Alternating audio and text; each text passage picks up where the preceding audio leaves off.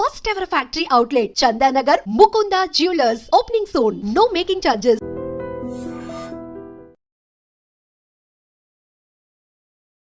Sir, మనం గతంలో IAS ఆఫీసర్లు, సివిల్ సర్వెంట్లు, అధికారుల గురించి మాట్లాడుకున్నప్పుడు చాలాసార్లుగా వాళ్ళ మీద ఉండేటువంటి ఒత్తిడి గురించి మాట్లాడుకున్నాము. వెరీ రీసెంట్గా సీఎం రేవంత్ రెడ్డి చేసినటువంటి కొన్ని కామెంట్స్ ఉన్నాయి.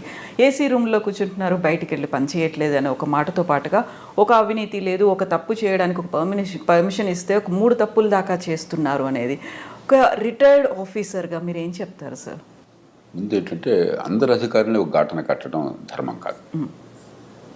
ఖచ్చితంగా అధికారుల్లో కొందరు నిజాయితీకి మారుపేరన్న వాళ్ళు, దాంతోపాటు సమర్థంగా ప్రజల కోసం పనిచేసేవాళ్ళు ఇప్పటికి కూడా ఉన్నారు.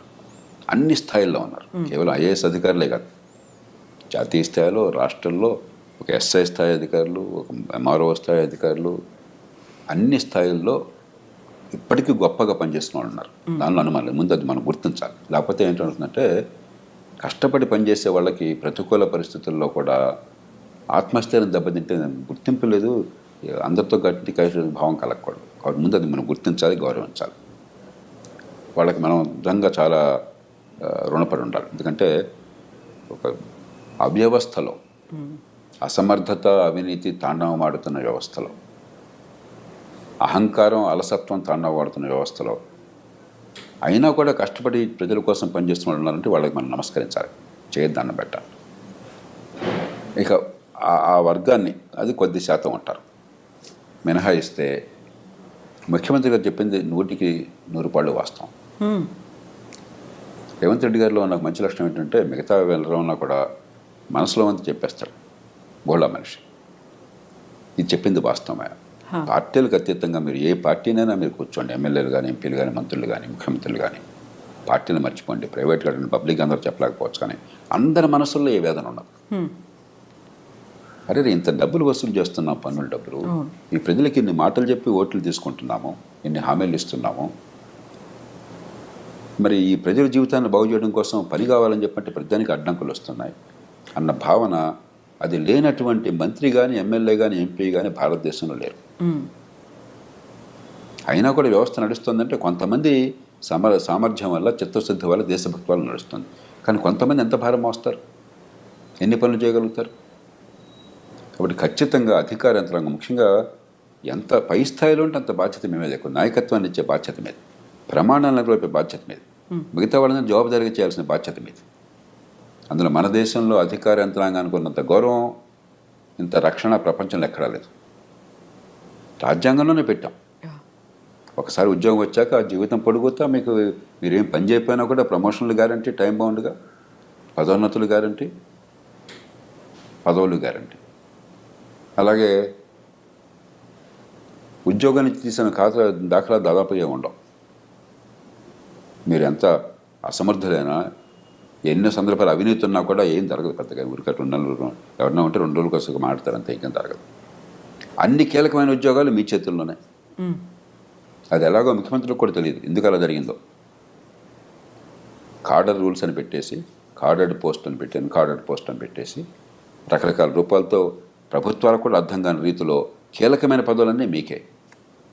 మరి సమాజం ఇంత గౌరవాన్ని, ఇంత రక్షణని ఇచ్చినప్పుడు, నెత్తిని పెట్టుకున్నప్పుడు మిమ్మల్ని, ఈ సమాజానికి మనమే ఇస్తున్నాం తిరిగి. ఆ రకంగా చూస్తే ఒక చిన్న ఉదాహరణ, హైదరాబాద్ నగరం నీళ్లు చూడండి. వేల కోట్లు ఖర్చు పెట్టి ప్రజల పన్నుల డబ్బుల్లోంచి మనం లేదా అప్పులు తీసుకొచ్చి గోదావరి నుంచి, కృష్ణ నుంచి లిఫ్ట్ చేస్తున్నాం. దేశంలో ఏ నగరానికి లేని సౌకర్యం హైదరాబాద్కు ఉండదు. మంచినీళ్ళ విషయంలో 2 మహానదులు 2 పక్కన ఉన్నాయి కాబట్టి కృష్ణా, గోదావరి, మరి చాలా వేల కోట్లు ఖర్చు పెట్టి అక్కడి నుంచి లిఫ్ట్ చేసి ఏర్పాటు చేసాము, నీళ్ళు వస్తున్నాయి. ఆ నీళ్ళలో 45% నీళ్లు మన ఇంటికి రాకుండా మూసిలో కలిసిపోతున్నాయి. ఇంతకంటే నేర సమాన నిర్లక్ష్యం ఇంకేమన్నా ఉందా? ఒక పేద దేశంలో ఇన్ని వేల కోట్ల రూపాయలతో నీరు అక్కడి నుంచి ఇక్కడి దాకా తీసుకొచ్చి ఆ వడ్డీలు కడుతూనే ప్రభుత్వాలు బోడంత సతమతం అయిపోతూ ఉంటే ఆ నీళ్ళు ఇళ్ళకి చేరట్లేదే, మళ్ళీ మూసిలోకి వెళ్ళిపోతున్నాయి. పెద్ద ఎక్కడికి చూడక్కర్లా, అన్నమంతా చూడక్కర్లా, 2 మెతుకులు చూస్తే చాలు. వెరీ రీసెంట్గా కూడా చూసాం సార్, హైడ్రా తవ్వకాలకి సంబంధించి పెద్ద వాటర్ పైప్ లైన్ పగిలిపోయింది అనే మాట. అట్లాగే ఇన్ని వేల కోట్లు ఖర్చు పెడుతున్న విద్య కోసం అని చెప్పాను. గుండె మీద చేసుకుని చెప్పమనండి. మా పాఠశాలల్లో పిల్లలకి ఏ కుటుంబం నుంచి వచ్చినా కూడా ఖచ్చితంగా మంచి ప్రమాణాల విద్య అందుతోంది, వాళ్ళ ప్రతిభ వికసిస్తోంది, ఎదిగే అవకాశం వస్తుంది. మీరు చెప్పనండి ఒకసారి. నేను ఛాలెంజ్ చేస్తున్నాను మిమ్మల్ని బహిరంగంగా. ఎంత అధ్వానమైన చదువు అందుతుంది, ఇంత డబ్బు ఖర్చు పెడుతున్నామే.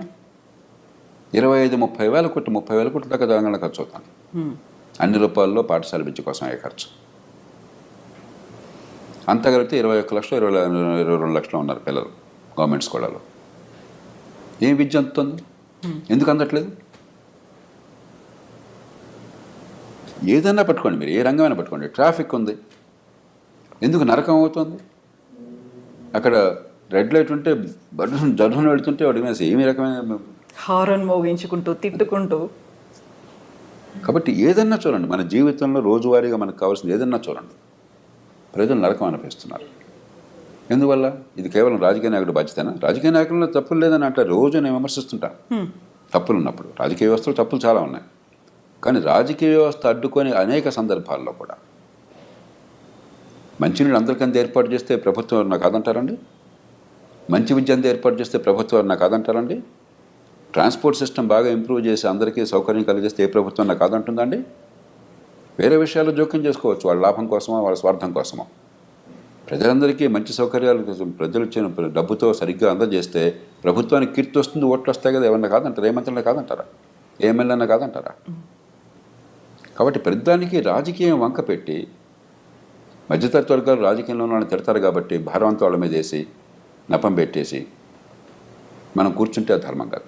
ఎందుకని సార్ సమన్వయ లోపం అనేది ఉంటుందా ఇటు ప్రభుత్వానికి ఇటు అధికారులకి మధ్య? లేదు, కొన్నిసార్లు మనం చూసాము ప్రభుత్వం మంత్రులు లేకుంటే ముఖ్యమంత్రి క్యాబినెట్ అంతా ప్రెషర్ అంతా వీళ్ళ మీద పెడుతున్నారు, లేకుంటే మేము చేసినట్టుగా మీరు చెప్పినట్టుగా మీరు పని చేయండి అనే మాట, ఆ తర్వాత బ్లేమ్ అవుతున్నారు. కాదంటలా, కానీ ఆ మాట అర్హత ఇప్పుడు వస్తుందంటే మీకున్న పరిధిలో మీరు చాలా సమర్థంగా పనిచేసి ప్రజలకు ఫలితాలు ఇచ్చినప్పుడు వాళ్ళకి నచ్చపొచ్చేమండి, ఇలా కాదు ఇంకోటి అంటే మీ మాటకు గౌరవం ఉంటుంది. ప్రధానంలో నో అన్న మాటే మీ నుంచి వచ్చి మీ నుంచి ఏ పని కాకుండా ఉండి ప్రజలకు పనికి వచ్చేది జరగకుండా ఉండి మీరు ప్రధానికి నో అంటే వాడిని గౌరవిస్తారు మిమ్మల్ని? ఎన్నికైన వాడు వాళ్ళమే ఒత్తిళ్ళు ప్రజల నుంచి చాలా ఉన్నాయి పొద్దున్న సాయంత్రం దాకా.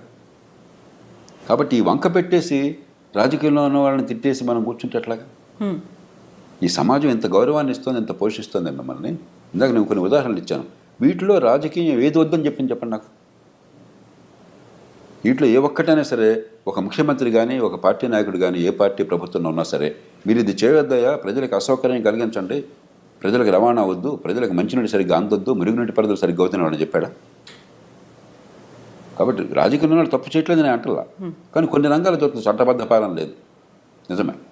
ప్రధానంలో రాజకీయ జోక్యం ఉంటుంది పోలీస్ కేసుల్లో, నిజమే. పక్కన పెట్టేద్దాం, దానికి ఏం చేయాలో ఆలోచిద్దాం. కానీ అదేం లేకుండా చాలా రంగాలు ఉన్నాయి. అక్కడ మీరేం చేస్తున్నారు? ఎందుకు చేయటం లేదు?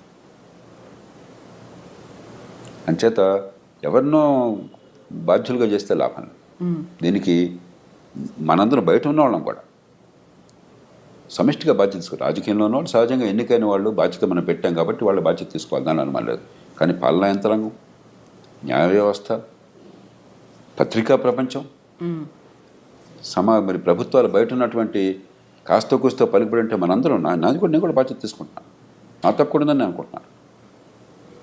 అంతేకాకుండా ప్రతివాడిని వాడిని చూపెట్టేసి వాడు తప్పు చెప్పేసి ఇది తప్ప. ముఖ్యమంత్రి గారు ఆవేదన నిజమైనది, దేశమంతా ఉన్నది, సహేతుకమైనది. ఖచ్చితంగా పాలనా యంత్రాంగంలో మౌలికమైన ప్రక్షాళన కావాలి, మౌలికమైన మార్పు కావాలి. ఈ పద్ధతి కొనసాగిస్తే ఇప్పుడు కొన్ని సినిమాల్లో చూస్తే, ఈ మధ్య ఒక సినిమా నేను మా శ్రీమతి చూస్తూ నేను ఒక 2 నిమిషాలు చూస్తే నాకు వాంతి వచ్చినట్టు. ఏ సినిమా చూసారు సార్ మీరు? వాడు అధికారిని వేశారట ఎన్నికల కోసం అని చెప్పని, వాడొచ్చి బస్తే మీద సవాలని చెప్పని, నువ్వేవాడువయా ముఖ్యమంత్రివి, లేకపోతే నువ్వేవాడువయా మంత్రివి, నేను 35 అంటాను, నేను అంత తెలుస్తాను అంటాడు. అది నిజంగా జనం తప్పట్టు పడతారు గొప్ప అనుకుని. ఇదే ప్రజాస్వామ్యం, ఇదే అధికారుల అహంకారం, ఇదే రాజ్యాంగం. మనకు చాలా విచిత్ర వాతావరణాన్ని సృష్టిస్తున్నాం ఈ దేశం. నాకు ఇది వాంతి వచ్చింది అది చూస్తే. దీనిలో అసలు ప్రజాస్వామ్య స్పృహ ఏంటి, రాజ్యాంగ స్పృహ ఏంటి, మంచి పరిపాలన గురించి అవగాహన ఏంటి, ఇదే మన ప్రజలకు చెప్తున్నది. ఎంత అజ్ఞానాన్ని మనం పెంచుతున్నాం ఈ దేశంలో.